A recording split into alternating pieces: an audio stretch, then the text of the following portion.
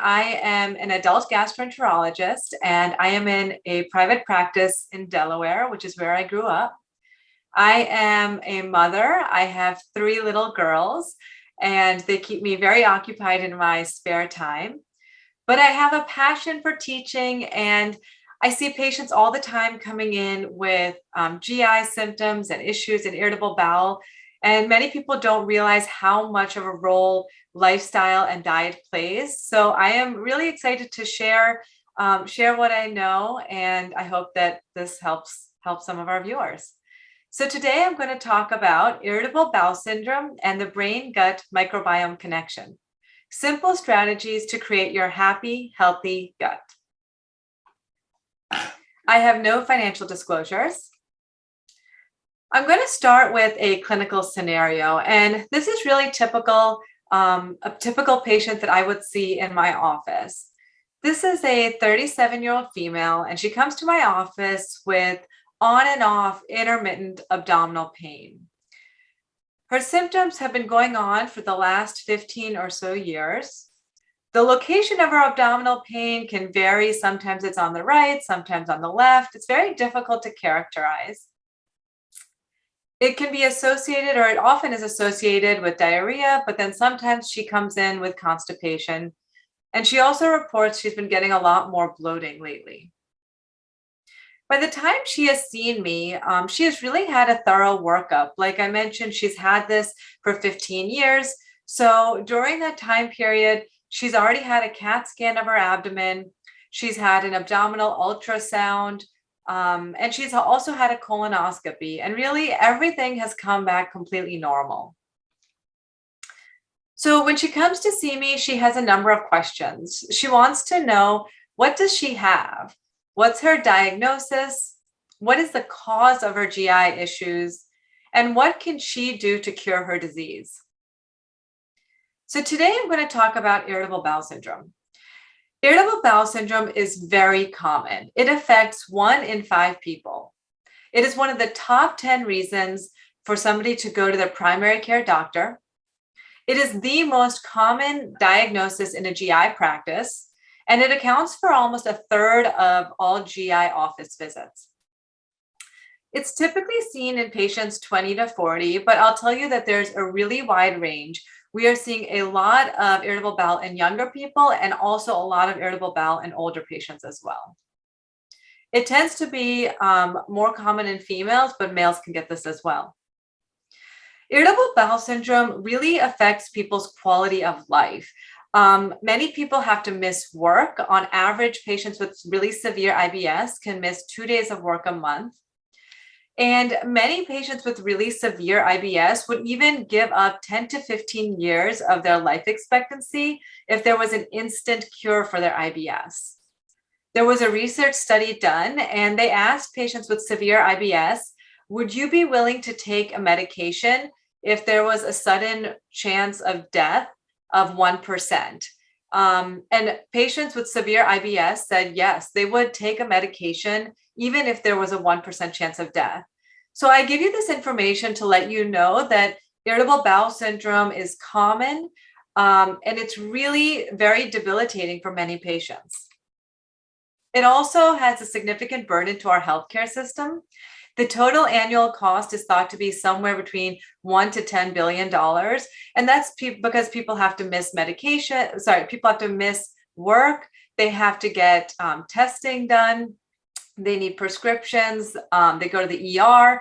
And often it's because of unnecessary testing and treatment. Now, what I see as a gastroenterologist specialist and what primary care doctors see is really just the tip of the iceberg. This accounts for about 25% of patients that we suspect to have IBS. We call them consulters. We actually think that there are a lot more patients that have symptoms of IBS, but they don't even address it with anybody because they don't think that they can have any solution. They don't think they can feel better at all. So let's go over the irritable bowel syndrome definition, and this is based on the Rome 4 criteria. This was discovered and made by Dr. Doug Drossman, who was actually one of my mentors at the University of North Carolina. So the Rome 4 criteria for the diagnosis of IBS includes recurrent abdominal pain on average at least 1 day a week in the last 3 months, associated with 2 or more of the following. 1, they have to have some pain related to defecation and to having a bowel movement. So for some people, they might get relief after they have a bowel movement. Some people might have worsening pain when they're trying to have a bowel movement. There's also an association in the change in frequency of stool and also a change in the form or the appearance. These criteria need to be present for at least 3 months. And that's important because this is not an acute issue. This is not something that is sudden and acute. That really tells us and clues us in that maybe something else is going on. This is something that has been going on for a long period of time. When we diagnose irritable bowel, it's really important to make sure that there's no other disease process going on. So things that we consider as red flags, these things need to be worked up, and these are not irritable bowel. So blood in the stool, unintentional weight loss, change in bowel habits, night sweats, any of those things require further workup. It's also important to make sure there's nothing else going on. For example, celiac disease. Celiac disease can present with some similar symptoms, so that would need to be evaluated to make sure you don't have that. Thyroid issues, hyperthyroid and hypothyroid can also present with some of these same issues. Lactose intolerance, inflammatory bowel disease. So it's important that when you're having symptoms, you do talk with your doctor to make sure nothing else is going on. But really importantly is that irritable bowel syndrome is a clinical diagnosis. It's based on having a conversation with the patient and understanding what symptoms they're having. And there is no single test to make the diagnosis of IBS.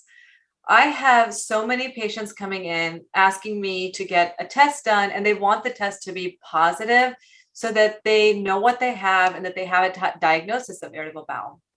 But with irritable bowel syndrome, there's not a test that I can order. There's not imaging, not even a procedure like a colonoscopy where something is going to come up positive for irritable bowel. And that can really be very frustrating for patients. I have patients come to me who have had this extensive workup and they're still having pain, they're still having discomfort, they're still having bloating. And they ask me, is this all in my head? Am I making this up? Am I crazy? Like, what's going on? Because I'm clearly having bloating, gas, discomfort, and everything is coming up normal.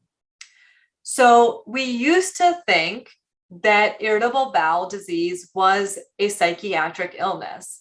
Before, when we used to do the workup and we thought everything was negative and normal, we would actually tell people that you need to see a psychiatrist because there is nothing wrong with you. We now know that that is not true. That is not the case. Patients with IBS have true disease. They have true symptoms.